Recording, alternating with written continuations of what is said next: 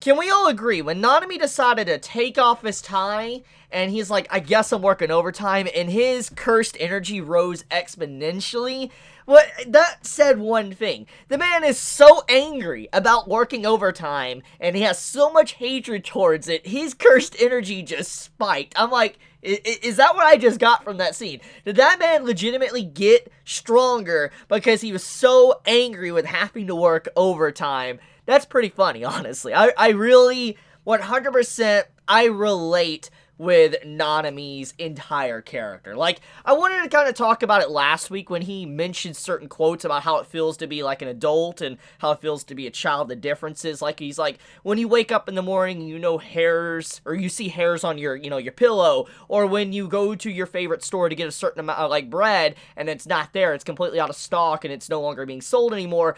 Those type of things seem very simple, very small, something you might not actually care about in the grand scheme of things, but stuff like that does matter, and it's a good way to show the passing of time. For instance, when you realize that your overall lifespan is getting shorter and shorter, when you notice your hairs are falling out, or when you look at something that is something favorite, something you love to do that no longer exists anymore after years upon doing it as a routine.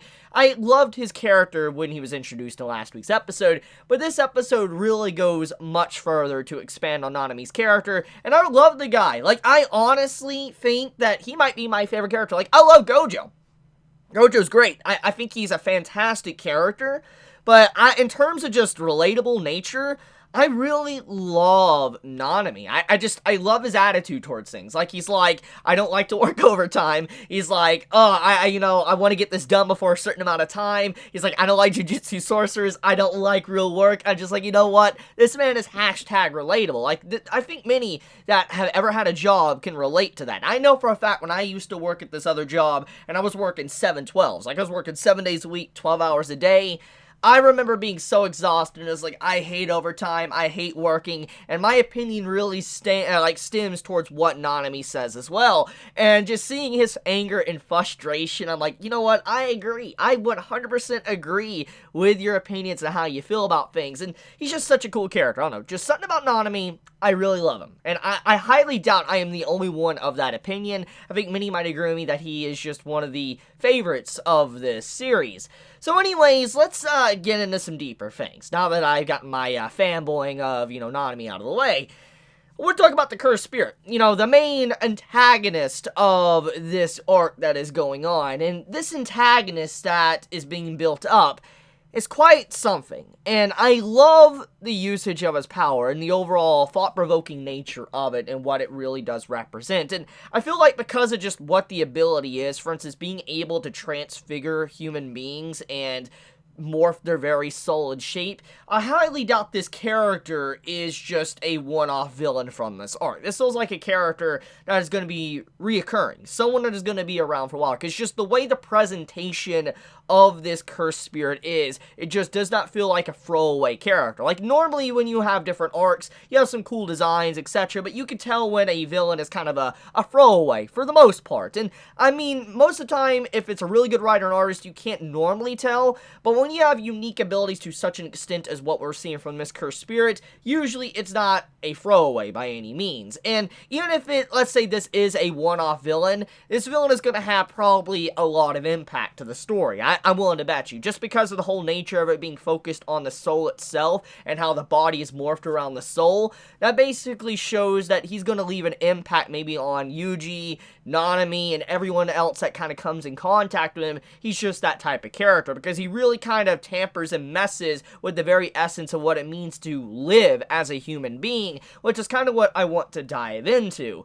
So this villain, antagonist, Cursed Spirit, whatever, he actually is able to touch the soul of individuals and morph them into whatever he deems fit, from what we can see. If he wants to see how big a human can get, he can literally morph their body's overall structure and bloat them up to where they no longer can move, but he does effectively make someone that was relatively a normal-sized human being and do something a lot larger. Or he could try to shrink them down into something smaller, which they kind of look like a little, like, charm or whatever. And so we get to see the true horror of what this cursed spirit is actually capable of. He's able to literally trample upon the very essence of what it means to be human, and disfigure them to such a degree that they're no longer recognized as what they once were as being human. It's quite an interesting take, honestly, on everything, and how you can see that he messes with what makes a human human. And seeing how he actually was able to explain his details about how he's able to see the soul, or at the very least tamper with the soul and morph the body around it, is very interesting of how it is incorporated into his regenerative ability. For instance, he takes a wound from Nanami in the episode, and you see his hand just flop around like nothing, and when all of a sudden he's like, he fixes it, and you see his hand just go back to normal. And he's like, oh, this is not regeneration by any means. All I'm doing is just making my body stretch over my soul. And he was, like, moving his soul around. So theoretically, what he was saying is he just made his soul in the shape of a normal arm, which in turn fixed his entire body, because his body just morphed around his soul. And so he really does things that is outright despicable. It's very evil, honestly. It's something that I feel like is going to play a huge part with whatever's going on with Yuji and Sukuna, especially since technically their bodies and souls are kind of mixed together in some degree. I do believe something like that's going to happen. But here's another question I have. If this man, okay, if this cursed spirit is actually capable of laying his hand on someone, let's say like Gojo, I wonder if he actually could kill Gojo. I mean, we found out about, infinity and all that, the limitless of how indefinitely slow down as get closer and closer to Gojo with, his overall ability. But theoretically, let's just say if he was able to lay contact on someone like Gojo, I think Gojo even himself would probably actually potentially die. Like, it was even stated by the cursed spirit himself, is if he laid a few more hits on Nanami after he was trying to block himself with cursed energy, he would actually be transfigured into something else that is no longer human. So this man has basically a one-hit ability that is absolutely scary, which, speaking of his ability, that's another thing to talk about. As I stated in my last episode review about how this power system reminds me a lot of Hunter x Hunter, especially talking about their abilities kind of reinforce their power.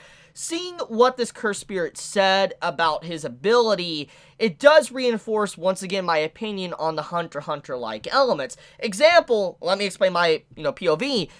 He says, like, oh, I'm able to see the soul. If I put my hand on something, I'm able to manipulate it. And so, obviously, with him telling Nanami that, Nanami's going to be on guard. He does not want, him to lay a hand on him at all. If one hand gets on him, he's using curse energy to block the, wound. But the question is, can he really block it entirely? And so, that is the thing. He's going to be continuously worrying about this cursed spirit laying his hand on him. And so, if that indeed happens, it's over. So, he's going to be constantly stressing out by dodging every single little hand attack that the man throws at him. So it's going to add another layer of stress on it. So even telling Nanami that ability of how it works, even though in the grand scheme of things people might say, wouldn't it be a better idea not to say something? That is true. But you can actually wear out your opponent's stamina and all that if you tell them about it, because now they're going to be extra cautious, really on alert, and trying to dodge that entire hand movement to where they're not actually getting touched, which in turn puts more stress on them, and eventually they'll be worn down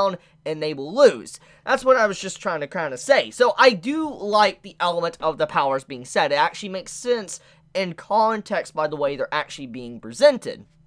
Now, another thing I do want to talk about is Junpei and his interaction with this cursed spirit, which is a very fascinating one, by the way, because I don't really know how to take Junpei at this point in time because of just how he is as a person. He doesn't necessarily seem to be overall evil. That's exactly what I got from his character from this episode. He does have a darker side to him, a distorted side, but at the same time, it doesn't look like he is willing to kind of act on those certain impulses completely. He almost did, though, however, in this episode towards the teacher, but obviously Yuji stopped him in time, unaware, but he did stop an act actually being committed.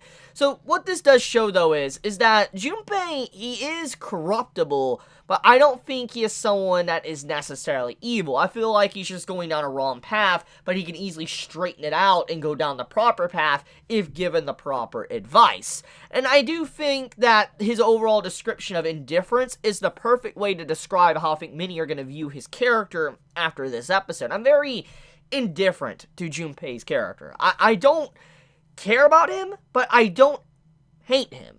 I think it's an interesting, element to fill about his character, especially the way this episode presented it. I do think he's going to turn out to be a really good character, though, because, the way he's shown in the opening song, but also just the way he's presented and how he's kind of figuring out how the soul is, but also kind of what it means to be a Jujutsu sorcerer, use stuff like that. He's kind of like another take to Yuji, being thrusted into the world of Jujutsu sorcery and stuff. I feel like that's kind of what Junpei's character is definitely representing. But overall, this was a good episode. There was a lot of good animation, beautiful artwork. It's just outright good. I mean, seriously, Studio Mappa and their entire team working on this has done a fantastic job so far with the series, and this episode really just goes to show, once again, how much they really do care about this show. They're really going all in to Jujutsu Kaisen, and I love this episode. I love Nanami's fight with this cursed spirit. I can't wait to see what's going to happen, and I really do hope that Nanami doesn't die. I like him so far, and there's quite a few death flags right now.